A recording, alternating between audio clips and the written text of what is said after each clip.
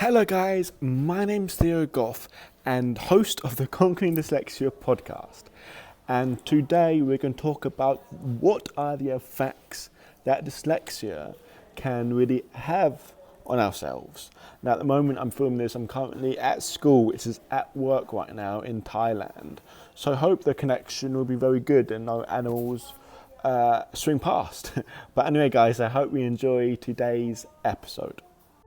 So the big question is this: how can dyslexics like us create a place, a community, a tribe, where people at any stage of life can come and solve any challenge, amplify their strengths, and ultimately help them become who they were meant to be? Or in other words, conquer their dyslexia. That is the question, and this show is the answer. My name's Theo Goff, and welcome to the Conquering Dyslexia podcast. Right guys, today we're jumping in and answering the question, what are the effects of dyslexia? And I know this is like maybe people trying to understand more about dyslexia, but really can find this very, very interesting, and I try to give my best answer to those people. But for someone who's lived with dyslexia, someone who has it very severely, it's very hard to answer the question, what is dyslexia? Because you can't define it. It's like answering, okay, what is your life? How is your life different than everyone else? That's a big question to answer.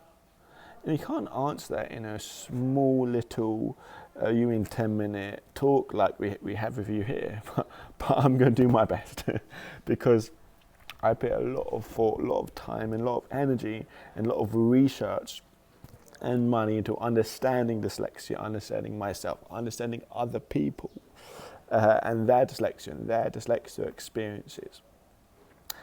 And so I could go about this a couple of different ways. The typical answer is explaining kind of like how can you notice you've got dyslexia and rattling off all the signs and all the symptoms, all symptoms of it, having trouble with reading, having trouble with writing, with your phonetic decoding, with not proper articulation of speech, with forgetting facts, with not remembering certain things and names find difficult, and not being able to read fast and having low sort of working memory in a sense. And all these things are great and they're really useful to know, and it's really useful for example, if you're an educator, telling this person's dyslexic, look out for these things. But for someone living with it, they when something happens, finding it hard to read, finding it hard to do that, finding it hard to do these things. I don't know about others, but I know for a lot of them, they don't go, oh no, this is my dyslexia, oh this is the dyslexic part of me. They just experience it as themselves. They experience it as their life.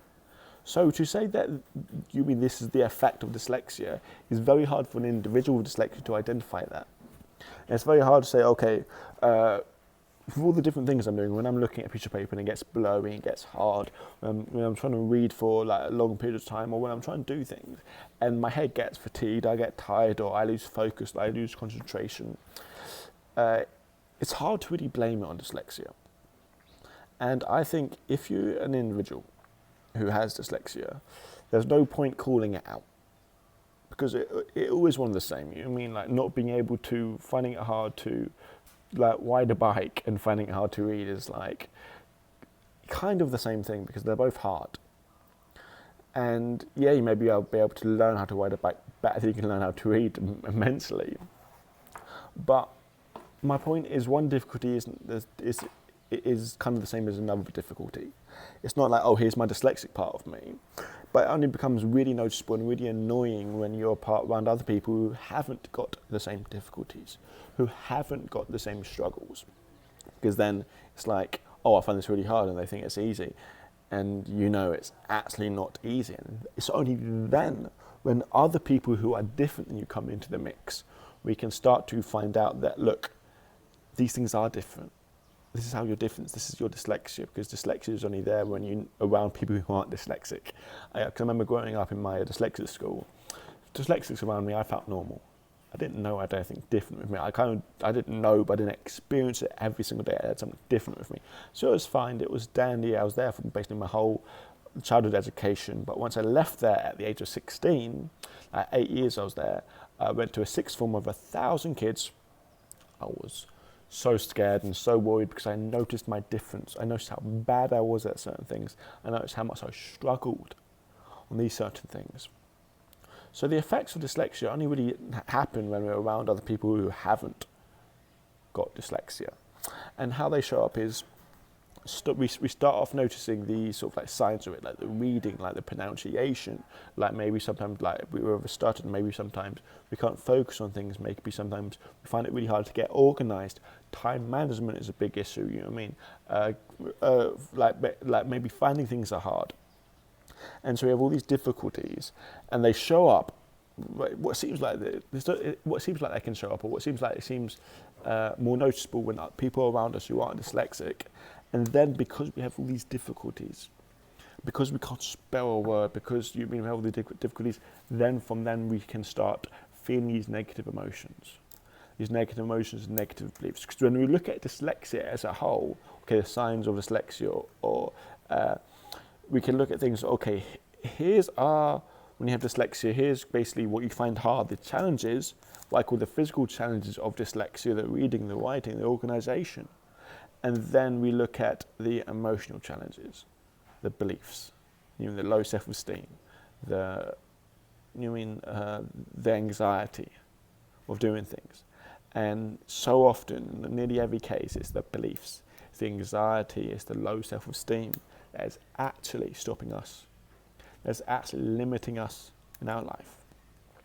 And it's because of those things, and it's because of what we believe about ourselves, what we think we can and what we think we can't do, and what we believe we can and can't do, is the thing that stops us, is the thing that actually limits us in our life. And the best way, so I like to say these things, talk about it, open discussion, and kind of go down this little rabbit hole, as it were, to break it down, make it simple, and basically make it some sort of solutions for you, so you can make it somehow useful.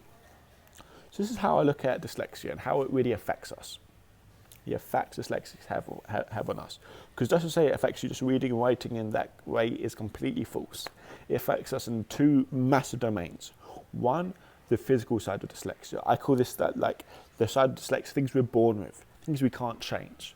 Things like, we're always going to find it hard to be organized, hard to handwriting, you know what I mean? Maybe sometimes with our speech, spelling, reading. All these things is the natural dyslexic thing, is like, okay, what's categorized as dyslexia.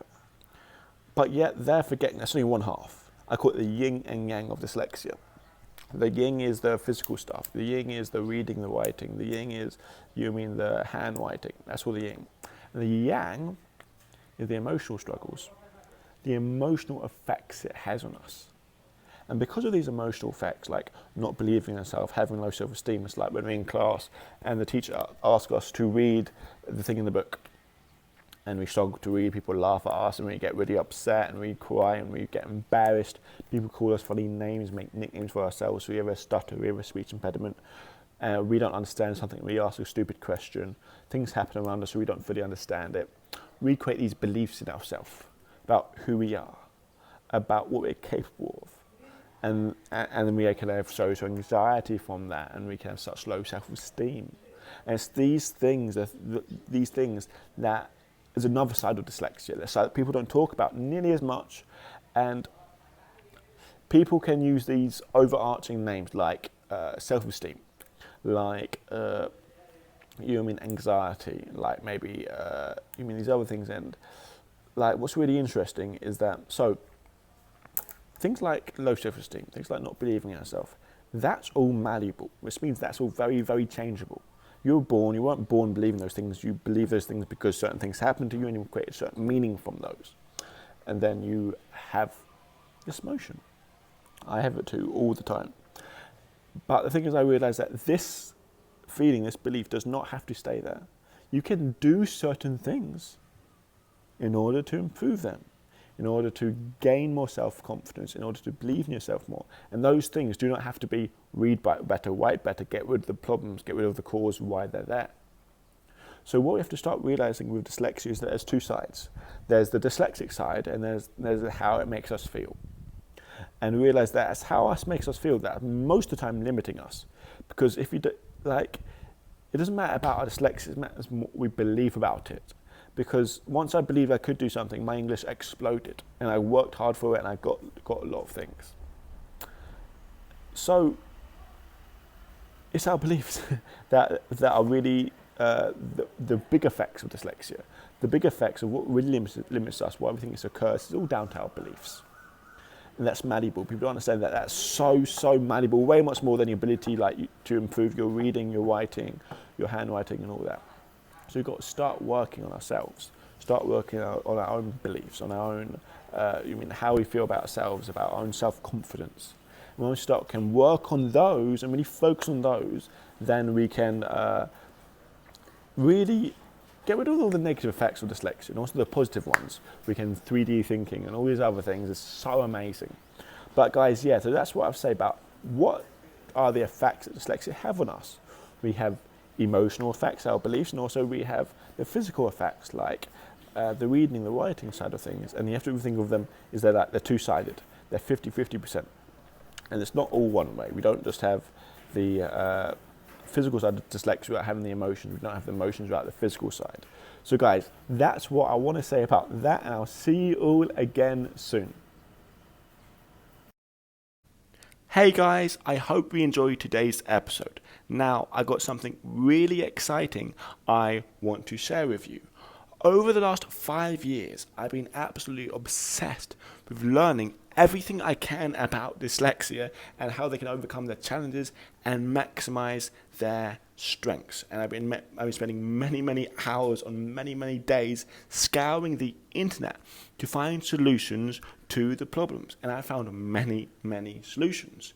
So over quarantine, I was thinking, what if I scour the internet again? What if I go through every last resource that I've been through before and take everything that's useful and put it into one place? And that's how I filled up a lot of my time in quarantine. I scoured the internet and found all the most inspirational, all the most informational, all the most useful videos about dyslexia out there and put them all into one place, so you don't have to waste time scouring the internet to find solutions to your problems, so you know there's only one place to go. And this thing I created is called the Dyslexia Black Book. You can get it at conqueringdyslexia.net/Black Book. Now, I'm wanting to offer this to you and present this to you completely for free because I want to save you time. I want to save you time, so scouring the internet and not finding the answers like I've done. If you go to conqueringdyslexia.net/Black Book, Conquering Dyslexia Black Book, you'll find it. Or guys, you can just click the link in this episode description to find it. But yeah, guys, that's the special message I wanted to share with you today.